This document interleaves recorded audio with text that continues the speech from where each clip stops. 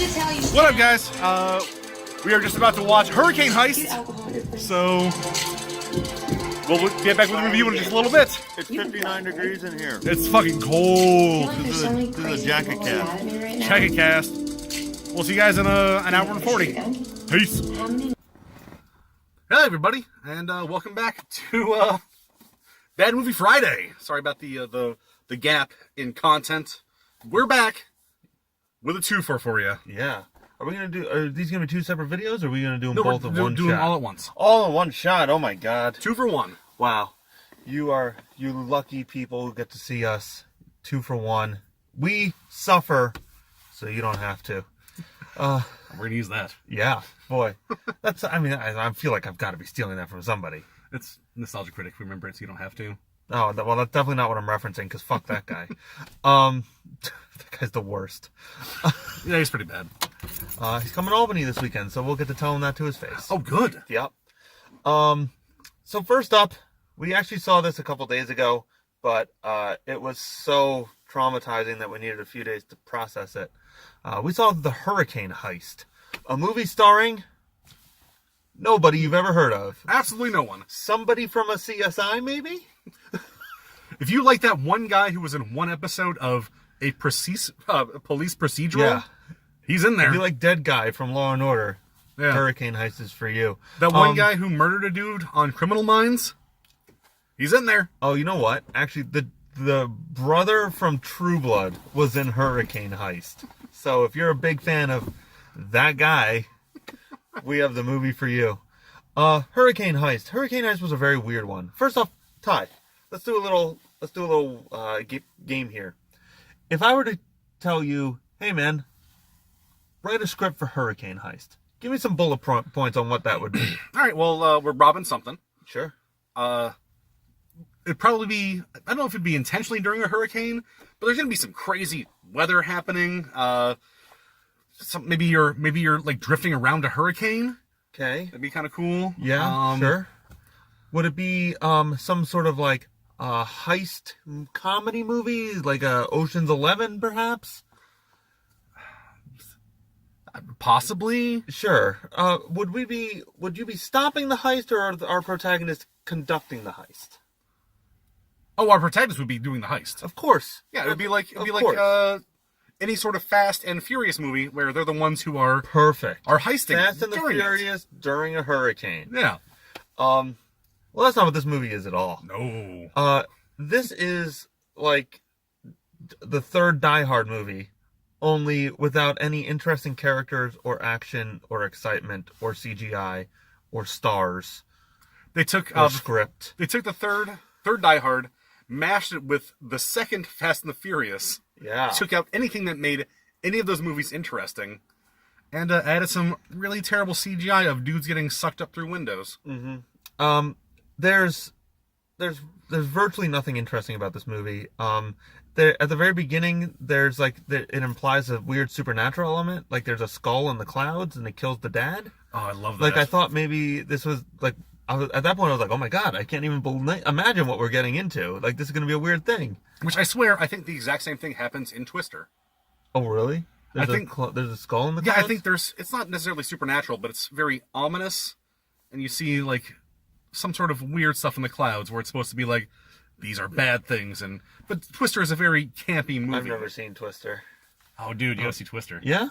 Oh, yeah. All right, well, I'll put it on the list. But like, no, it feels more like a tornado movie than a hurricane movie, actually. They don't know what hurricanes are. Right, like none of the science of this movie could even be real. Like the writer didn't even take the time to Google hurricanes. Like, how do hurricanes work? That's what I would ask Jeeves if I was going to write Hurricane Heist. It's a Twister heist. Yeah, right. A twister. Twice? Yeah, twice. All right, sure. There we go. Better than Hurricane Heist. So this movie cost $35 million to make, and that's really relevant. That is a peculiar number in Hollywood, because real movies cost like low budget but blockbusters. You know, some sort of action-packed heist movie, I feel like would be in the $75 to $100 million range.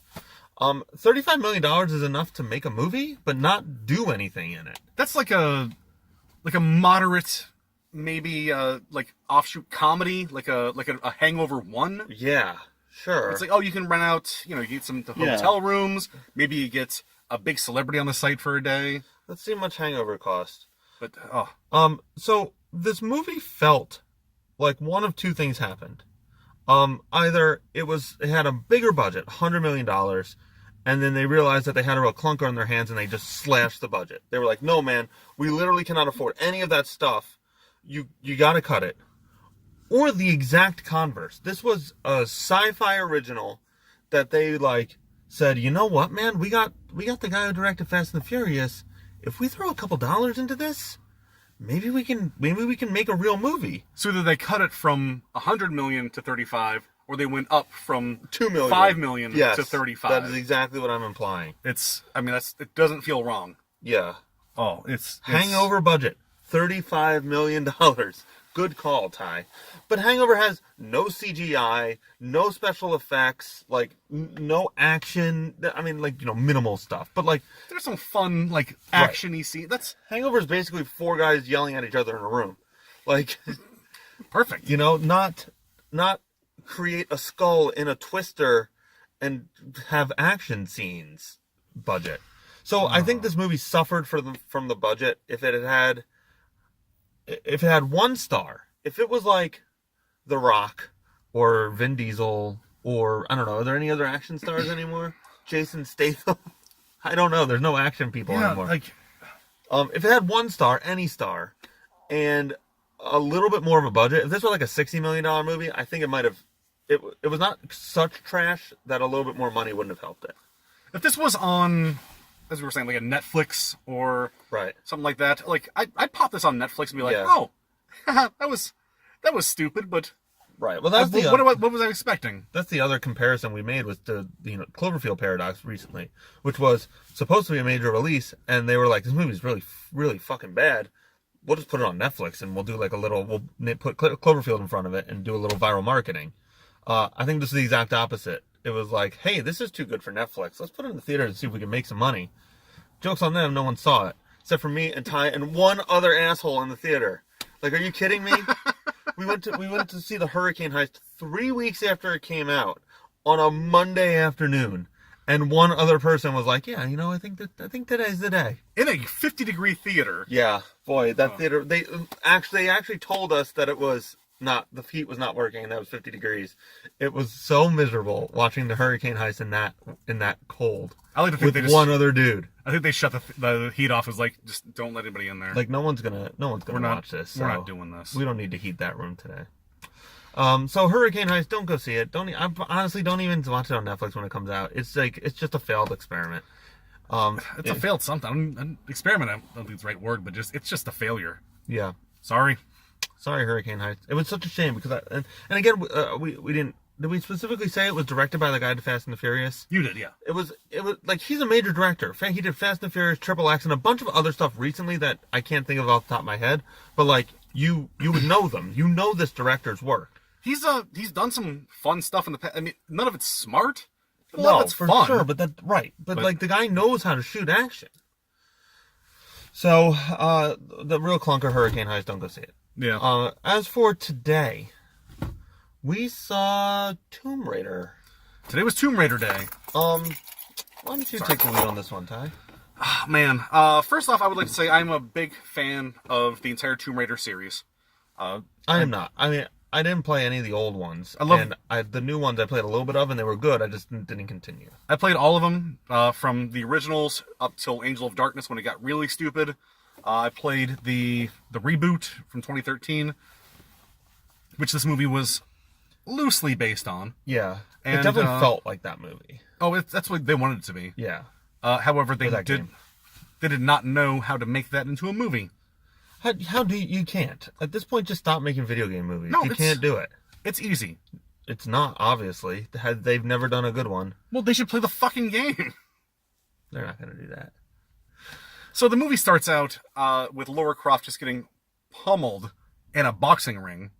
Yeah. Oh, no, I'm sorry. It starts off with a 4-minute intro dialogue from her dad, where it's like, there's this goddess of death named Himiko, and hoo boy, they didn't like her, so they dragged her to an island and locked her away.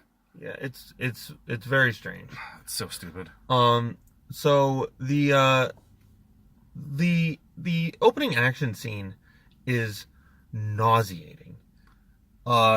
It's a boxing ring. They're in Laura Croft is like an MMA fighter. I know this is like a very stupid complaint, but like they're obviously practicing. Like this isn't a bout, you know. There's no for prizes. It's a spar. But they're not wearing any protective gear at all. Like when UFC fighters are training, they have like protectors over their stomach and the hat and like the hats and the helmet, you know, the protective helmets and stuff like that, the headgear.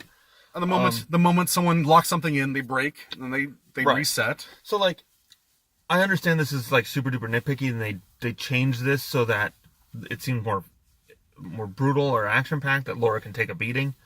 But that's not how the world works, and nobody thinks that's how the world works. So just do it. Like, you could have the opponent get cheap, you know, like Laura's trying to tap out and the opponent won't. That's fine, but still have the protective gear. Or even like to flip on that side, the opponent's taking like cheap shots. It's like liver shots or back of the head shots, and Laura's like, "What the fuck?" Or make it high stakes, you know, like what at the beginning of Creed, right?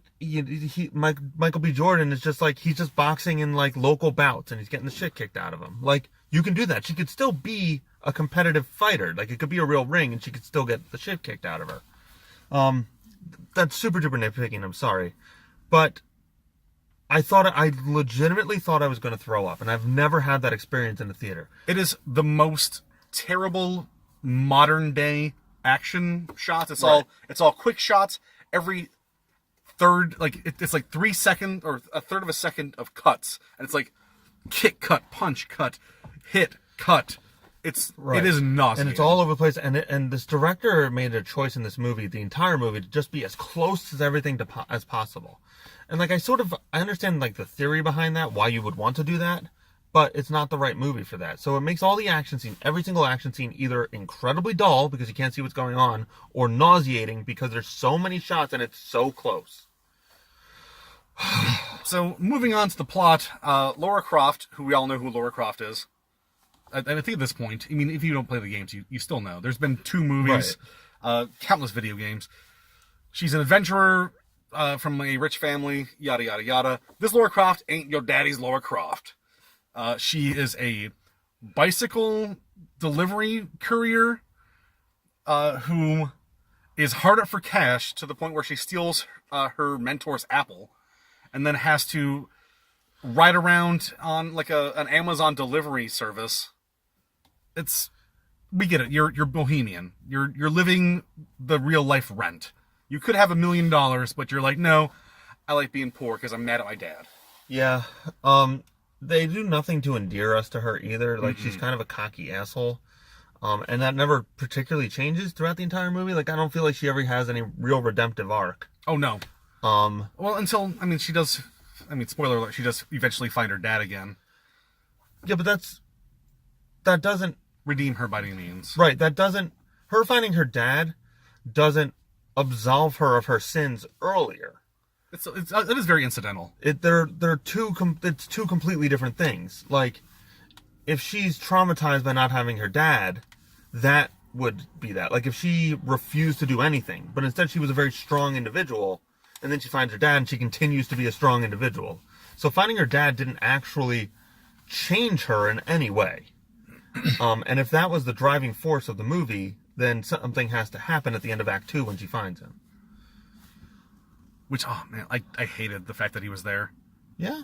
I did. Like I said, I played all the games. I'm a little bit of a purist, if you will. They didn't need that. I mean, that's this movie, though. You've seen this movie 1 million times. This is exactly the movie that's the problem. I've seen this movie 1 million times. They didn't take any creative license at all with this movie. You've seen this movie. Everyone's seen this movie. This is worse than that movie. It's just, I knew it was going to happen. I knew he was going to be there. He's been alone for 7 years. He's crazy. Right. Blah, blah, blah. You going into it, you know what's going to happen beat for beat for beat. Yeah. Except for one part, which I thought was a little bit off-putting. What's that? So they do this whole big, like, chase action sequence in the first 5 minutes of the movie where Laura needs money. So they're like, hey, we're doing this fox chase. Mm-hmm. Where it's a bike race where we have one person in the lead. They get a head start. They got some paint on the back of their bike. And they chase them around. And then as long as you could weigh with there's still paint in your can, you win all the money. And she does this crazy, like, biking through London and flipping around, and she jumps on the back of a truck. Well, like waves of dudes are chasing her. And it's like, oh, this is going to come back at some point in the movie where it's going to be like, oh, she understands, understands how to path, and she knows where, she has the idea of where people are going to go and how to get away from them and what to do. Right. And it never comes back. No, you're right. That scene isn't terribly relevant to the rest of the movie. It's 10 minutes. It's supposed to be. I guess it's supposed to be showing you that she is like a fighter, and she's kind of uses ingenuity. Like, she cheats. She does, but cheat. She like hops on the back of a truck so that the bike, she gets a better head start on the bikers. But you're right. Like, why was that scene even in there if you're not going to recall it? Why was that scene? Like, there could have been a scene later where there's like a motorcycle chase through the woods or something like that. Like a BMX chase, like a similar thing, but now you're in the woods and, a good callback. There was certainly no callback. That's a good point. It's setting up like a scene and you're like, oh, this is going to pay off later. It just never does. This is the worst version of Indiana Jones or National Treasure or any movie like that I've ever seen. Oh, it's so bad. Or like even the Da Vinci Code. So what makes those interesting is that there's a puzzle. The entire movie is a puzzle, and like you're trying to there's intrigue and mystery, and you're figuring it out as the character figures it out. You're solving along. Right, you're solving along, and you're going on this adventure.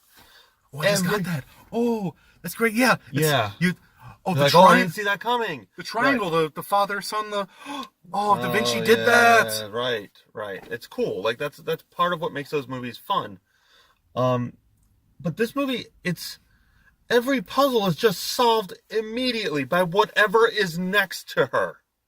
Like, at one point she's like, I can't figure out this puzzle, and behind her is a clock, and the dude's like, oh, it's a clock. Those are hands on a clock. They're hands on a clock. She's like, no, it's not. And nah, like, shut up.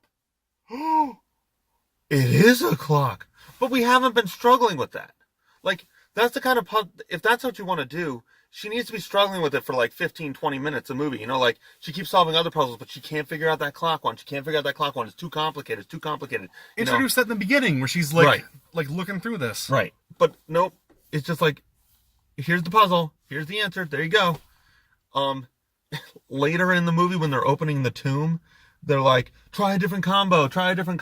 And she just gets up and she just turns everyone right. She's like, blop, blop. And every single time she hits the right thing, it's just like, oh yeah, oh wow, like, that's it. Yeah. I wonder which one was the right one. It's like when they see them doing the safe in like old timey movies and stuff. Yeah. It's like click, except it's a giant fucking explosion. You did it! Yeah. You did it! Correct answer. Move to the next one. It's a goddamn tutorial level. Yeah. So my last big complaint, and maybe you have other ones you want to bring up, is that, oh shit, I can't remember all of a sudden. Oh my god, like I drew a total blank. All right, let me jump to a couple. Go ahead. I want to talk about something I call a tale of two Lauras.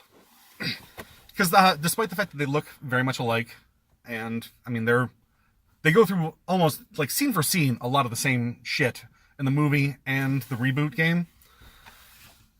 This Laura is insufferable. She's just, and they do some of the same stuff. Like they do the thing where she grabs onto the helicopter and not the helicopter, like the decrepit plane. That plane was the only good scene in the entire movie. And it was shot for shot from the game. Weird. It felt like it could have been a quick time event. But in the game, Lara Croft is going on like an expedition with her family, or not family, her students, a college expedition. Turns out like it's the teacher is like a cult follower who's trying to bring them all out there, and one of the students is like Himiko's descendant. So it's all like building up, and there's a cultist on the island. It's not just mercenary dudes who are like, we got like no motivations at all. No motivations except for I've been here 7 years. Walton Goggins, by the way, almost a shining light in this terrible film. Almost. Oh, but it's just wasted. I have a scene I want to go back to, right. And it like embodies this entire movie. But Laura was never the crazy like kickboxing super biker. She was just a normal chick who was thrown into this crazy situation. That's part of the appeal of the new Tomb Raiders, which is that she's just a normal person who found out a way to survive. She's a survivor. And this, she's just like, oh, I guess what? I'm just a generic badass. Hey, I'm good at everything. Yeah. I can run real fast through the woods now. I can shoot a bow and arrow. Did you know that? Pew, pew. Arrows. Yeah. So, I mean, like, as much as I love the original remake. Love all the original games. The remake is fantastic. I'm playing through Rise of the Tomb Raider again because I never actually finished it, so I'm starting over. But I mean, they're fantastic games. And this one is, I mean, I hate to say it doesn't hold a patch on like the fucking Angelina Jolie Tomb Raider. I remember not hating that. It's been, I mean, it's been 15 years since I've seen it, maybe even more. But I remember not hating it. It embraces the camp, which I appreciate. I love every single person who drives through this tiny fucking hole in this. We like the security chick's staring us down too. Yeah, like there's an entire parking lot and one tiny little crack between Ty's truck and that car. We've had 4 people drive through it. Go around. Just go around. This is unbelievable. I mean, still none of it beats the chick who drove over like the median, like the 6-foot grass median, just to save 4 seconds. But this is truly unbelievable. I'm sorry. I'm sorry to derail this movie review, but I am appalled by these people. Just go around. There's 3 cars here. Just drive around them. You have a scene you want to talk about? Yes. So this is the embodiment of the entire embodiment of this why this movie doesn't work to me.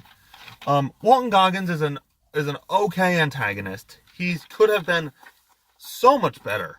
I'm gonna point you all in the direction of a movie that is this movie, but infinitely better at the end of this.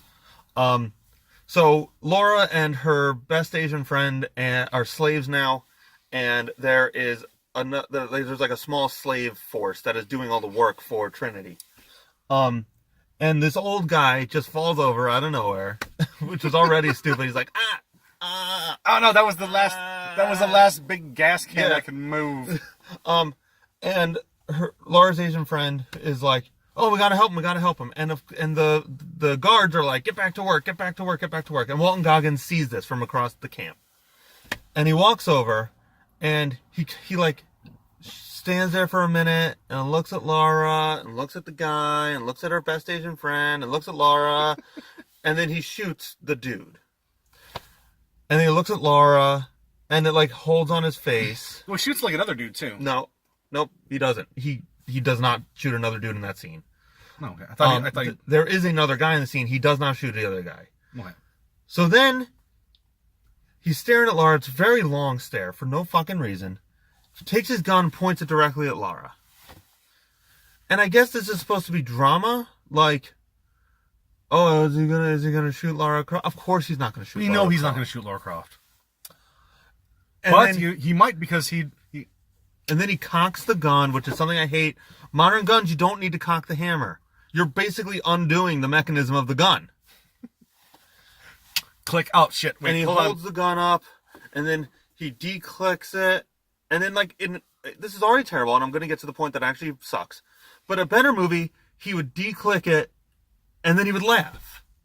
Yeah, show some personality. Just like a of course I'm not going to kill you, Laura. Like, this guy was incompetent. He was an old man. I'm not going to shoot you. You're young and you can lift heavy things and you're important to me.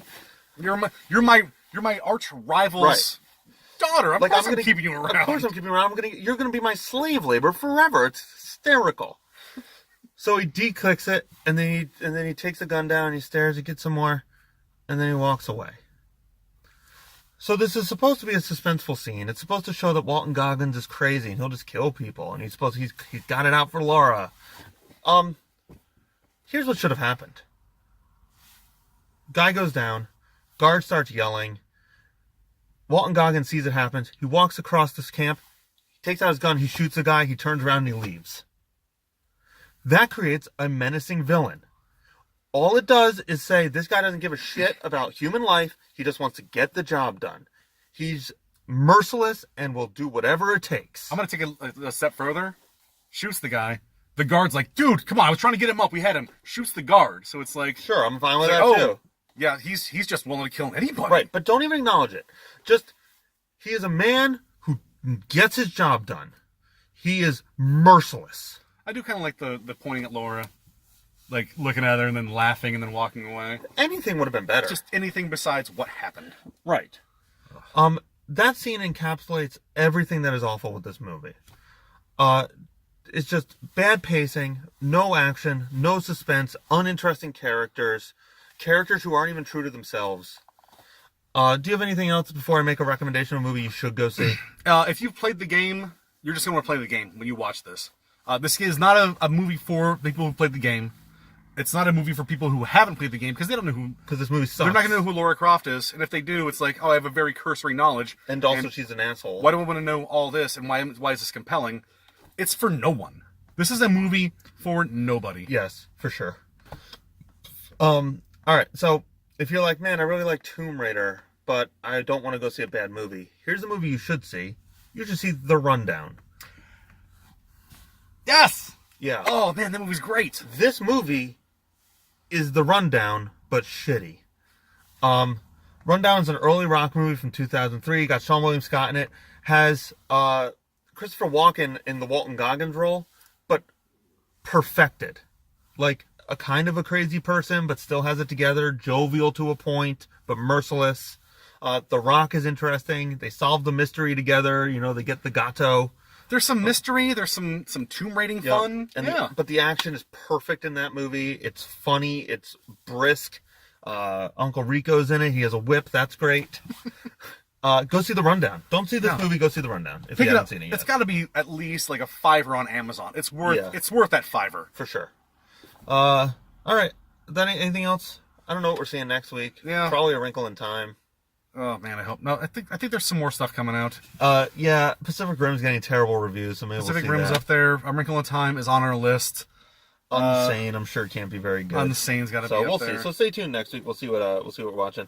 I'm Killer Greg. You can find me at Killer Greg 17 on Twitter. Tyrell Dangerous at 1004 names. You can find all of our stuff at idiotswithmics.com. If you're watching this on YouTube, which I'm sure you are, like, subscribe. Put down a comment what you guys want to see us watch. We'll take that into consideration too. If you comment something that's already out, we'll watch that too and do Bad Movie Mondays or something for you. Tell your friends, tell your loved ones, and until next time, keep watching bad movies. Hey, all right.